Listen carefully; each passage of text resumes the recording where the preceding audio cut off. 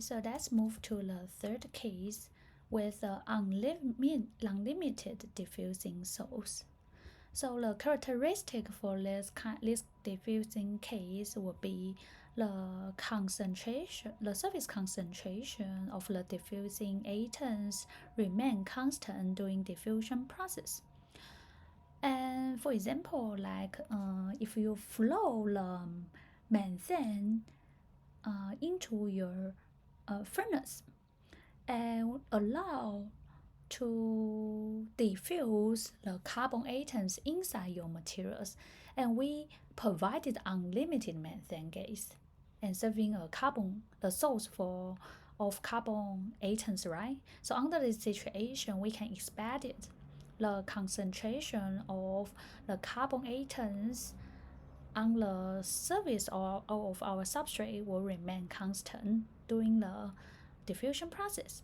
But as we increase the time period from T1 to T2, you can observe the concentration of diffusing atoms at location X or the depth of X will increase, right? Okay, so for this case, how to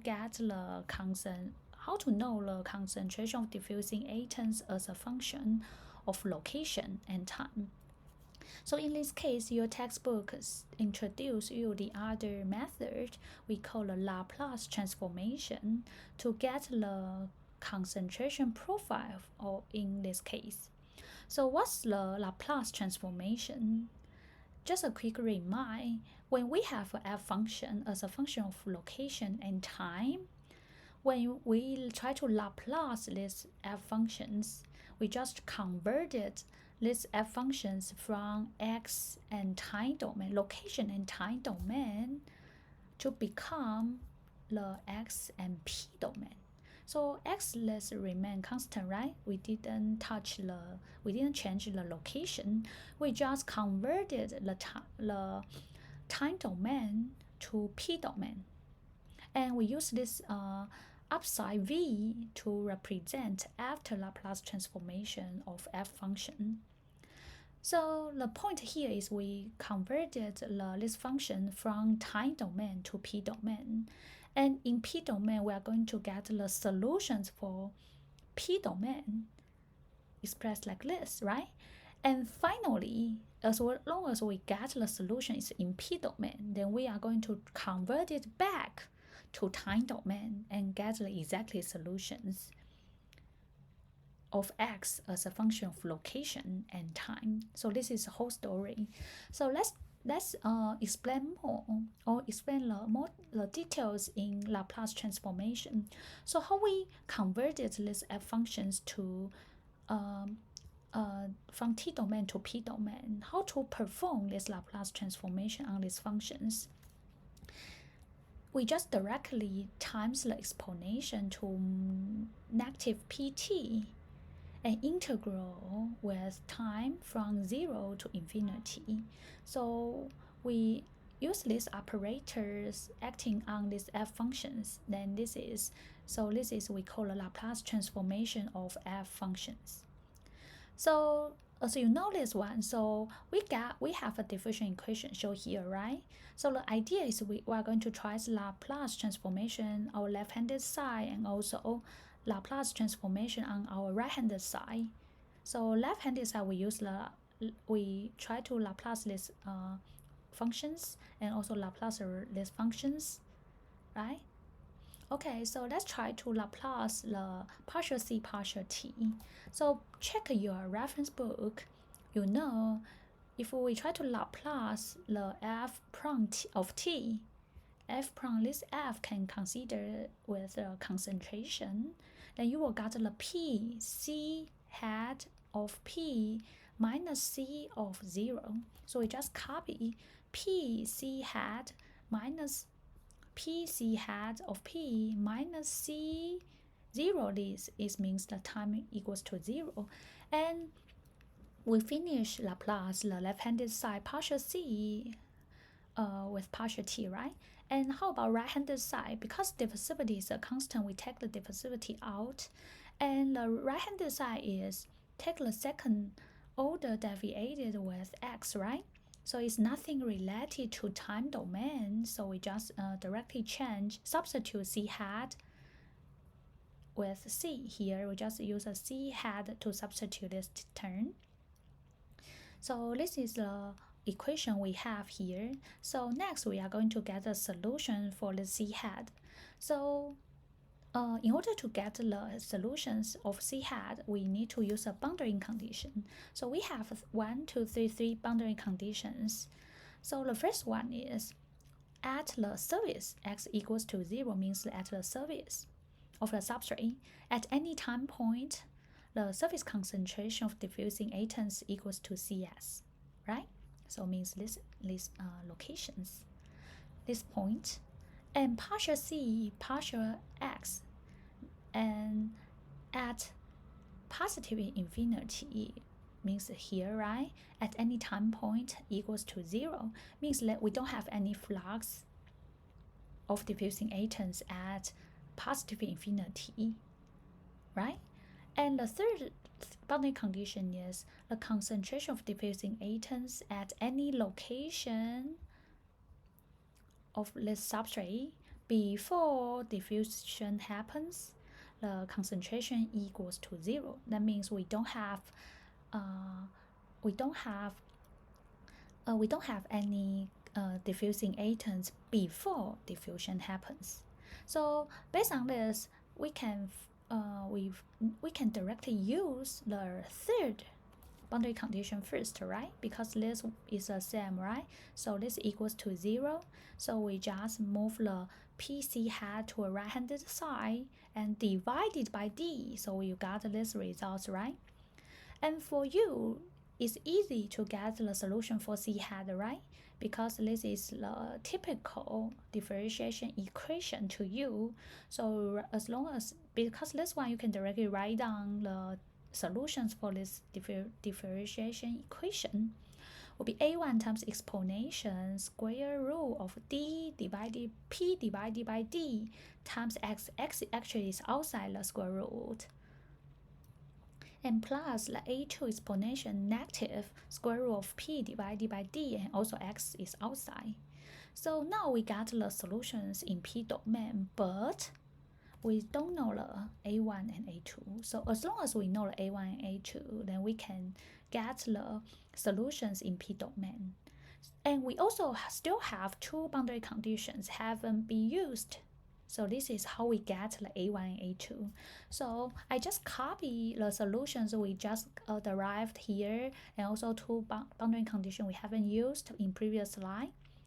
So next, in order to get the a1 and a2, we are going to try to Laplace transformation of our boundary conditions. For first one, C hat at x equals to 0 at p domain, you directly use C as times the operator of Laplace transformation is exponential to negative pt and integral with t from 0 to infinity. So after calculation, you got Cs divided by p, right? And second boundary condition is you take the C, you also take the this is second boundary condition, and this is concentration. So we want to Laplace this one, so we got the C hat here, right? And this is partial C, partial X equals to 0. So after C hat still 0 times anything is 0, so you got 0 here. So now we got the two relationship with C hat solution, right? So based on these two clues or these results, you can know the a1 and a2. Why? For this one, x equals to 0, then we got a value. When x equals to 0, so this is a1 plus a2. So you got a1 plus a2 equals to Cs over p. And for this one, x approach to infinity. So, and under this situation, you take the first, you partial with x, and equals to 0. So you partial with x, and you want to equals to 0. So this one for sure will be very large. After you partial with x, and use the x equals to infinity, right? So for sure A1 equals to 0. So now you know the A2 equals to CS over P. So we don't have A1, we only have CS over P exponential negative in square root of P over D times X. So this is the solutions in P domain. And next we need to use this table. This table just help us if you got the solutions in P domain, then you want to convert it back to time domain. The solution will be this one. So you compare this with this. Similar, right? This part is similar, right? P exponential qx. And q here is here, right? P over D is q, right? So you got the CS and convert it to here. So complementary arrow function x divided by square root of 4dt. And complementary arrow function can be expressed like 1 minus arrow function iota. So for this case, we successfully to get the solution of diffusing atoms, in this case with unlimited diffusion source. But just pay attention here. Based on the boundary condition we use before diffusion, actually inside our substrate, we don't have any diffusing atoms. But how about if you have diffusing atoms before diffusion happens? So how to modify these solutions? So based on this, we need to slightly change our boundary condition. The third boundary condition, instead of 0, we put a C0 here, which means that before the diffusion happens, our substrate contains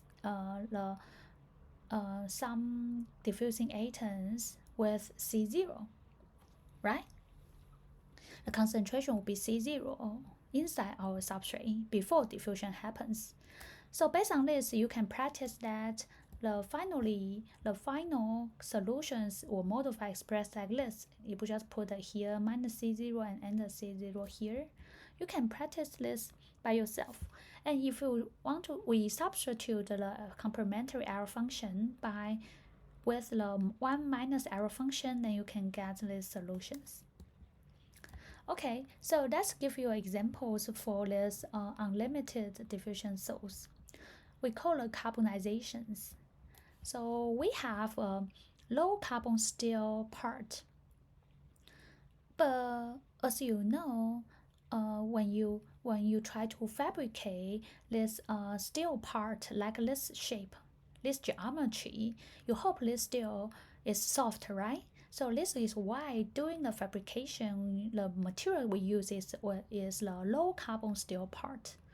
But as long as you got this geometry, and we want to use this in our materials, right? Or use this material to our device, right? So under this situation, we need to increase the content of carbon to increase its mechanical properties. So in that case, we are going to do the carbonization of this steel part.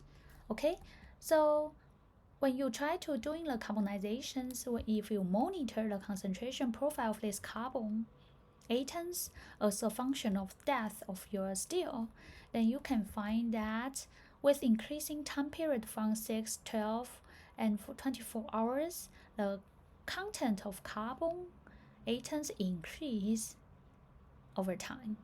Okay, and here the carbon source we choose is a methane gas. So let's say examples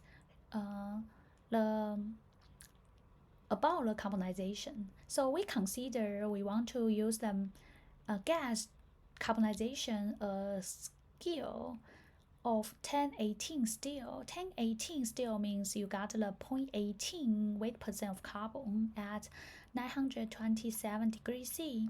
So please calculate the time necessary to increase the carbon content to 0.35. So C0 is 0.18, right? And the target concentration of carbon is 0.35% at 0.4 millimeter below the surface. So assume the carbon content at the surface to be 1.815 weight percent, and the nominal carbon content of the steel gill before condensation would be 0.18 weight percent, and it provides the diffusivity of the carbon in this iron. So based on this description, we know this case belongs to unlimited diffusion case, and the source will be CS will be, for example, like the CS will be 1.15, and C0 will be 0.18, and the X will be 4.4 millimeter, and diffusivity and we are interested in time, right? CS we know, C0 we know, every parameters we know, the only one we don't know is the time. So after serious calculation, you got the error function Z equals to 0.8247. So check the error function, the tables of error function. 0.8247 is in between these two values. So we put the X here. So in order to get the X, you can just use this kind of figure or graph. 0.820, 0.8209 versus the 0.85, and 0.8247 versus X, and 0.8427 versus 1. So based on this, I use this minus this divided by this minus this will be equals to this minus this divided by this minus this. So you got the X equals to this one. Okay, so you can expect Z is this one equals to this one. So you got the T is around 56. Is around 3,397.7 seconds. So this is an example. It's an example for the diffusion case with unlimited source. And next, we are going to give you more ideas about the diffusion length you usually use to estimate. You use to estimate the diffusion length for different diffusion cases. As we know, the diffusion length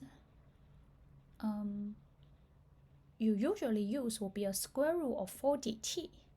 But this length, square root of 4dt, is corresponding to what kind of concentration of diffusing atoms? Probably for different diffusion case will be related to different concentration, right? Or refer to different concentration. So here we list 3 diffusion cases and corresponding solutions, and use the purple or pink color to highlight the corresponding concentrations to you. And this concentration, let me show here. For the diffusion couple, the square root of 4dt will be related to the C0 divided by A, the concentration related to this one. So how to get this idea? So if you want to get the C0 divided by A, so this part will be a quarter, 1/4, right?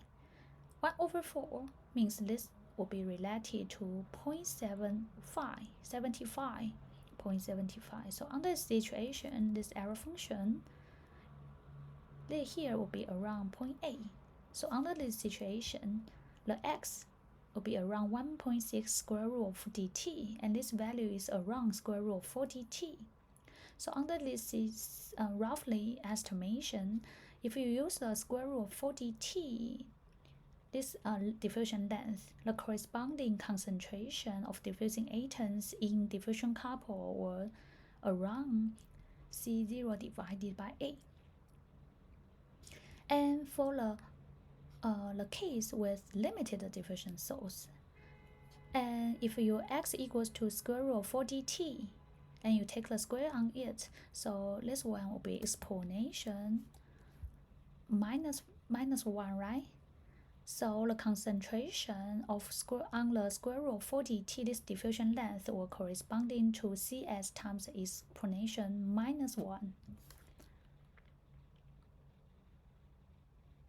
Okay? And this is on the Cs, so it's a surface concentration of diffusing atoms. Okay? And for the third case, is unlimited diffusion source 1. The concentration will be shown here, will be equals to, if the diffusion length is square root of 40t, and concentration will be equals to C0 plus Cs minus C0 over 4. So some people probably will think, oh, this is a little bit difficult to remember, but it's not that difficult. Let's try to put a square root of 40t here. Square root of 40t. So if you put this term, compare this and this, the error function will be around 0.85, right? We compare these two, the error function will be around 0.75, and under situation, the x is around 1.6 square root of 40 dt and around square root of 40t. So under the situations, actually this case is similar with this case. How this similar? Cs does not change with time, right? And this the interface between two materials in diffusion couple also does not change with time. So Cs, this point is similar to this point. And this point actually C0 equals to 0. So if you put a 0 here, and also Cs here is similar to C0 divided by 2. So you put a Cs divided by C0. C0 here is C0 divided by 2. So you got the C0 divided by A. So this result will be similar. Okay? So you can consider this part is this part. So the result will be similar. And some people also ask about Professor, why you, for these two cases, you don't directly use the square root of 40t put here, x equals to square root of 40t, and error function 1. And you can directly get the concentration. Yes, you can use that. But the question here will be, the results will be not a value which you can easy to remember. You got a 0.0 something, 0.0, 0.7 something, or 0.0 something. It's very difficult to remember. So based on this reason, so here your textbook provided you C0 divided by A. He think this value is easy to remember. Instead of you directly put the square root of 40t here, and after, yeah. Okay, so I'm going to give you a summary here. For the diffusion equation, first of all, you need to identify your cases belongs to steady state or non-steady state. So you can determine it will be the time independent or time dependent equation. And if it is time independent equation is easy, right? Because the concentration of diffusing atoms this profile does not change with time. So you can easily use the material analysis technique to plot or to measure the concentration profile of diffusing atoms. But if not, it will be a time dependent equation. Here we introduce you 3 different cases. So you need to determine which case it belongs to and what's the corresponding solutions for that case. Okay, and don't forget how we derive the solutions for each case. Some cases use the superposition technique. Some cases we use the Fourier transformation, something like that. Okay, and the three basic time-dependent solution, you need to remember that. So we ended the second sections. So let's move to the third section, which we call a concentration-dependent diffusivity. In previous sections, in order to simplify the case we're dealing with, we usually assume the diffusivity equals to constant. But how about if a diffusivity will change with concentration of diffusing atoms? How to get the diffusivity? Here we are going to introduce you a method we call a Boltzmann-Montano analyze. This analyze technique is going to help us to get the diffusivity and to know how diffusivity changes with concentration of diffusing atoms. So what we have is, in the beginning we have a diffusion couple A and B, A bind with B, and you try to plot the concentration profile of A atoms will be shown in green curve. This is before diffusion happens. And based on diffusion equation, we can simply write down the diffusion equation. Before diffusion, we still have, and under this situation, we also have boundary conditions, right? Ca equals to Ca0, or C0. Ca equals to C0, and on your right, this is for negative infinity, Ca will be equal to C0. On your at the infinity, the Ca equals to 0. And we for sure this sample is long enough, so at 2 ends of these samples, there's no flux of diffusing atoms. And because in previous slide we know that if the diffusivity equals to constant, we can directly take the diffusivity outside and get the solution for this diffusion equation, right? But under this situation, the diffusivity will change with concentration, so we cannot do that.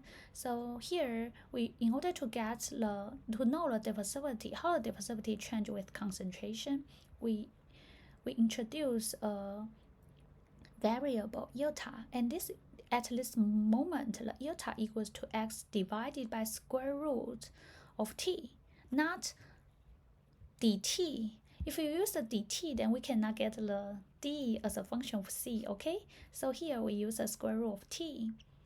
And the idea will be the same, which we show you in previous slide. So we try to convert this partial differentiation with two variables x and t to ordinary differentiation equation with only one variable iota. So based on that case, you can get this differentiation equation with iota. And finally, we'll get the solution. The final results demonstrate here the diffusivity of a function of C, concentration, can simply divide it into 3 parts. And from here to here, the detailed deviation will be shown in next slide. So we want to put more efforts on the results here. So how the diffusivity change with concentration will be divided into 3 parts. The first one will be depending on the diffusion time period. The second part will be the reciprocal of the dc over dx at concentration C prime. And the third part actually will be the integral of x dca from starting integral from 0 to C prime. So this is the slope, reciprocal of the slope, right? At your interesting C prime. It's easy, but the third part, what this means, x integral with concentration. So under this situation is something like that. This part actually is something like you got, if we are interested in C prime, right? So you need to integral the x. X actually is horizontal axis is x times the concentration of diffusing atoms. So something like that, you integral like this way. go up to C prime. So you got this value. So based on this, you know which parameters will affect the diffusivity of S concentration. Time actually, when we stop the diffusion happen, every is not the time is not the important parameter, right? Because when we stop the diffusion, every concentration have the same time period, right? And this part actually is not is you know that the different concentration does not change that much, right? If you, for example, like this one and this one, the concentration increase a little bit, but this value is not increased that much, right? Because you just integrate here to here, from the bottom to here or to here, the value will be not that difference. But the slope did make a big difference, because when you slightly change the slope, the value reciprocal of the slope will be change a lot. So the slope of concentration profile will affect the majorly significant effective diffusivity. And just a reminder, the slope here will always be negative. So you got negative. So the slope, the reciprocal of the slope is negative, and you got a negative here. So negative will be positive. For sure, this diffusivity is a positive term. Okay, so based on this, we know this Boltzmann-Montanaro analysis can help us to get how to know how the diffusivity change with concentrations of diffusing atoms. And related to the detailed deviation to get these results, allow me to explain. So as we mentioned before, this is diffusion equation we're dealing with, and we introduce this variable. And the idea will be we want to convert it partial C, partial T to become partial C, partial iota. So we also use the chain rule to substitute to help us to get these results. And regarding to the right-handed side, actually you don't need to, you can skip this one. So as long as you got the converted the partial C, partial T to become the partial with iota, you just copy here. And regarding to the right-handed side, we just partial D, use the partial D, partial X times this one. You just directly substitute, change the X here, substitute this to become iota times the square root of T. So you can get this result. Okay, so you got the we try to directly convert this one with the iota. Okay, and don't forget, if you take you use the d times dc over dx and partial with x, you got what? dd over dx times this value plus d times this one partial with x, right? And based on this idea, you change with x with the iota, so you got this one, and these two can combine to become this value.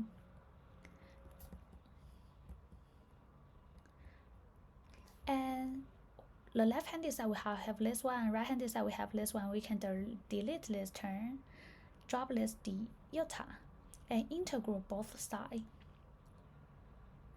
from 0 to C prime. Okay, so this we take 0, and this one take the 0 to C prime, and this we can convert it to this results, right? And this one to here we just recover iota to express as x divided by square root t, and this will just remain here. So and then we can get the d of a function of C prime from here. Just move after arrangement, you can get these results. So this is nothing, that is just a detailed deviation. And related to if you don't have idea how to convert the right-handed side, this handed side to become here, I just write the details here so you can take a reference for this one. Okay, so this is okay. So I do some, you can check here. So regarding to arrangement, because we got a square root t, right? You move left-handed side, so finally you got a t to left-handed side, and 1/2, negative 1/2 is here.